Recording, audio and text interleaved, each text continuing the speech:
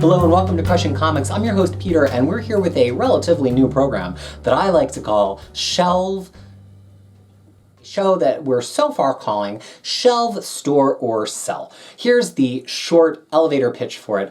I've already shelved all of my oversized hardcovers, which I love. I already have shelved my collection of Marvel Masterworks and all of Marvel's epic collections from the Marvel Universe. But the thing that I haven't shelved, nor have I really even opened or looked at in now over almost 3 years, in some cases much more, is my collection of everything else. Trade paperbacks, floppies, stuff from Marvel, Image, DC, all sorts of other publishers. And so it's time to go through them and decide what is going to make it onto my shelves. I have 16 more of these square blocks, which don't quite fit a whole short box. And there's 140 short boxes vying for those spots. But some of the stuff is going to be vying to even stay in my house, because some of it I'm just going to sell. So we've been working on this box that is Marvel Events. It is box number 1096. And last time we went through event collections and singles that I had through the year 2000. Now we're going to go from 2000 probably to, I think, 2011 if I have a good idea of what's in this box. So let's see what's next. This is Avengers X-Men Maximum Security. This was like a small event because Marvel was really in kind of the non-event years after Heroes Reborn and Heroes Return. They weren't really doing big line-wide events. And so this was the first one they had done in a little while. This paperback came out in 2010, which was the year that I actually got started collecting. So at the time I was like, oh, cool, because it was uncollected. Has it been collected anywhere else? I don't know. This is not that kind of program. That's why I have a website that comprehensively addresses all of the collections Marvel's ever done for over close to 100, let's say, heroes. I don't even know what number it's up to. Possibly more by the time I post this video. But this doesn't actually collect every possible tie-in, which kind of bugs me because it's not even that big of a trade paperback. And are they eventually going to oversize hardcover this? Absolutely they are. I have no doubt in my mind that they will. Although they did just cover some of this X-Men material, like Uncanny X-Men 387, in some of those recent Uncanny X-Men hardcovers, oversized hardcovers. And at the time, this was actually the only way to get that. So this was part of my path to getting all possible X-Men stuff. But, and so that's why I had it, and I was excited about the time, but now it's part of this whole event lineage. So now, my next section here is, wait, this isn't next. Hold on, time out. All right, so the next thing in here is, grab too many, 4 of Decimation collections. Decimation is what came after House of M. So Wanda Maximoff said no more mutants. The mutants were decimated down to 198, which is the title of one of these books. And so there was sort of like a aftermath event in these books. But these are only 4 out of the 5 of them, because I'm pretty sure I have the 5th one with my actual X-Men Volume 2 books, because I'm pretty sure that collects the issues of X-Men that immediately followed the event. I've actually read these, which is not always the case with everything in my collection, and I'm hanging on to them for now because I don't think these ever went into oversized hardcover. There's some beautiful oversized hardcovers for all the parts of House of M. I only have the main one because I don't really care about all the other ones. You know, if you watch this channel, I don't care about alternate reality stuff.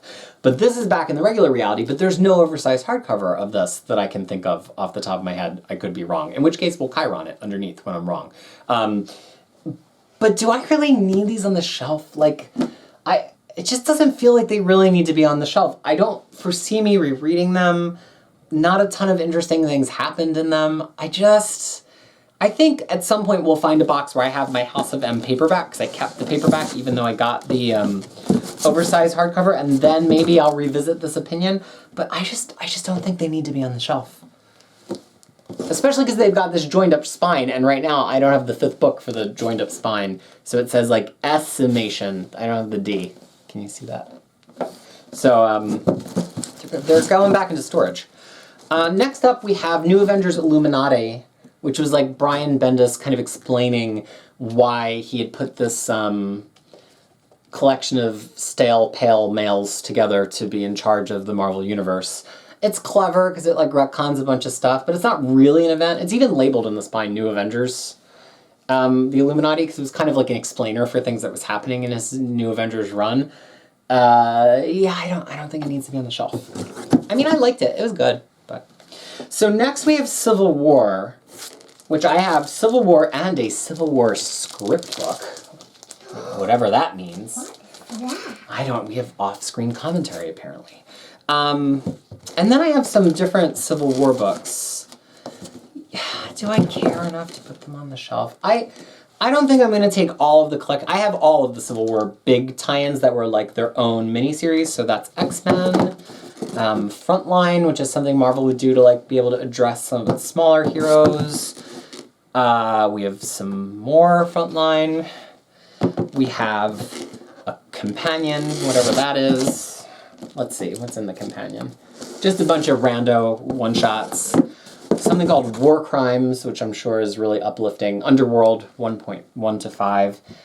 I don't see the need to have all of those on the shelf. Like, Civil War is where it's at, and the script book is cool because it's like how comics are made.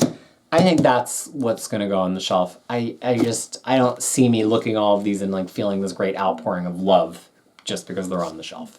All right, so next up is some World War Hulk stuff. The main World War Hulk paperback, and then the World War Hulk X-Men tie-in, which actually has some non-X-Men stuff in it too. You know, there's actually a really nice oversized hardcover of that now, which I didn't pick up. Or maybe there was already one, I don't know. But it's like Hulk's not my main collecting segment, and I just have it to have that lineage of events. I have read that one. I just don't think it needs to be on the shelf. To me, World War Hulk was almost like a minor event because it was not like truly line-wide. Like some of the people experienced it, but not everybody experienced it, and some titles kind of just ignored it. Like Bendis' Avengers run, even though it sets it up kind of in Illuminati, just kind of keeps on trucking with all the other stuff that's happening. So I don't know if it needs to be on the shelf. Now I'm almost rethinking Civil War. I'm in my head here. So next I have Secret Invasion stuff. I have the main Secret Invasion book, which I also have an oversized hardcover. We have Secret Invasion Frontline. We have Captain Marvel Secret Invasion. I guess we're gonna put the main one on the shelf. I guess I should probably put World War Hulk out there too. Gosh, you guys are a terrible conscience to bear. Because the point, like I said last episode, is that if I reach that point in any of my reading, although Epic Collections stop in like 1998 or 2000, depending on the title, except for Wolverine, so I'm not going to reach this point in reading Epics. But the point taken, the point was to have a little shelf of like all the significant event stuff, some of which I don't have an oversized hardcover, so Hulk can come. After Secret Invasion, of course, is Dark Reign, because Norman Osborn was the one who resolved Secret Invasion by shooting the Skrull Queen, and so then everybody was like, hooray, Norman Osborn, and so then the bad guys kind of take over for a while. I have Dark Reign, the Hood, which I think was actually kind of hard to track down, if memory serves. I have Dark Reign, Sinister Spider-Man, which is actually Matt Gargan, the Scorpion as Venom, if memory serves, and then I have Underside, I don't even know what that is. Dark Reign Lethal Legion, Dark Reign Zodiac, Dark Reign Mr. Negative, and Dark Reign Made Men. So 10 issues. It's kind of slim for 10 issues. And then I have Dark X-Men, which I think I also have an oversized hardcover, or at least standard size hardcover. I don't know if they need... Oh, there's more! There's also Dark Reign Skrull Kill Crew, which, you know, as much as I want to see that on my shelf, I don't think any of them need to be on the shelf. Because none of them are the main Dark Reign book. There was no main Dark Reign book. That's the whole point.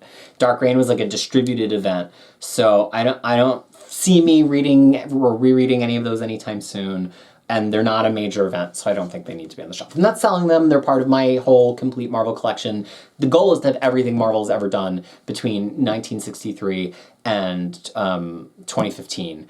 And I will keep buying things to plug in those gaps because, you know, I always anticipated that, I mean, everybody's been experiencing different kinds of quarantines and lockdowns. I was always thinking, well, if I didn't have the internet, at least I would have all these comics in my house. Kind of went in the opposite direction where we're just all locked in our house with internet and we have to entertain ourselves. And almost anything that Marvel's collected in a trade paperback from 2004 onward is on Marvel Unlimited. So it's not like I can't read the stuff if I put it back in my garage.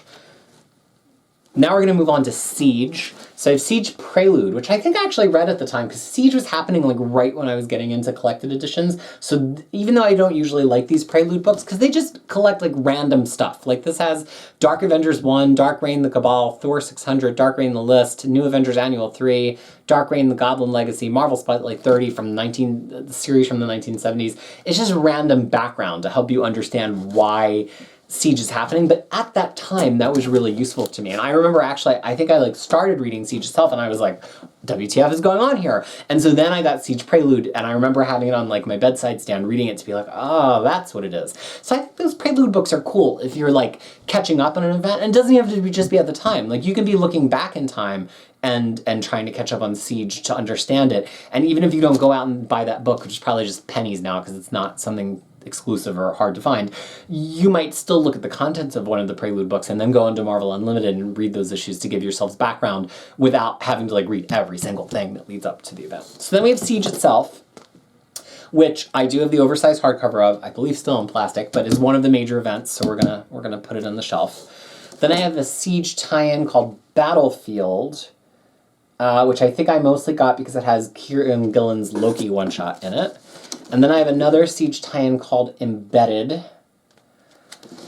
And then we're on to some random stuff. We have the Heroic Age of Heroes, which was like, again, not an event. It was kind of just like, hey, let's reintroduce you to all of our awesome heroes. And there's a lot of different books at the time that were called, this actually collects Age of Heroes 1 through 4. But I think there was also like Heroic Age 1 through 4 or something like that, which had something totally different in it. It was more like a guidebook. So there's really nothing special or eventy about this. It's cool to have because it's got some cool stories from Captain Britain, Spider-Man, Gravity, American Sun, The Young Masters, Gauntlet, Sharon Carter, Victoria Hand, Maria Hill, Blue Marvel, Taskmaster, Squirrel Girl, Black Panther, Captain America, Zodiac, and Cloud9.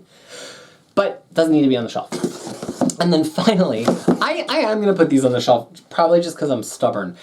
There's this little mini event called Chaos War. It actually belongs to be shelved with Incredible Hercules, and if we find that box, I might put it alongside it, because it was an Incredible Hercules event. Greg Pak and Fred Van Lent, who were writing Incredible Hercules, wrote this event, and it concluded things that were happening in the Incredible Hercules thing at the time, and so in their way, they did some tie-ins, which I think are completely collected here. One of them is called Avengers and one of them is called X-Men, but the X-Men one also has Alpha Flight and some two random tie-ins. The Avengers one also has Ares and Thor. So this is a complete event. Will we ever get in hardcover? Yeah, well, Marvel can find any reason to print a hardcover. If any of these things get popular, or if they have Hercules in their movies, which I think they are in the Eternals, I don't really keep up with movie news. It happens or it doesn't happen. You know, maybe this becomes something they become interested in selling in the future, and then we get an oversized hardcover of it, and then it joins my oversized hardcover shelf. So we actually just reached the end of this box. I haven't really come up with a good way to show you. I don't have like some top-down camera rig, so I think we're just gonna like hold it up like this. So we took maybe a little bit, oh, I don't know, let's call that a third of this box to put on the shelf. And we didn't really decide we were gonna sell anything except for maybe those annuals, because some of them may be covered by Epics, if you heard me talking about them last issue. So this hunk of stuff is going on the shelf. That's it for the first box out of about 140 boxes. Keep tuning in. If you want to see different kinds of things, if you want me to talk about different kinds of things, this is sort of my extended riff on a pilot episode, breaking this into multiple episodes. So I'm happy to hear your suggestions, and I'm also happy to hear what you're interested to know if I own. I'm not committing to always randomly pulling boxes, partially because I know what they say on the front of them, unlike my wrapped up hardcovers from the last time I did a series like this. I truly didn't know. This time, I'm gonna have a decent idea, although as you saw with this box, I can sometimes be surprised. So get your requests in, or things you're eager to see me open or hear me talk about, and who knows, maybe they could move up in the order. But until then, this is going on the shelf. My name is Peter, and thank you for watching Crushing Comics.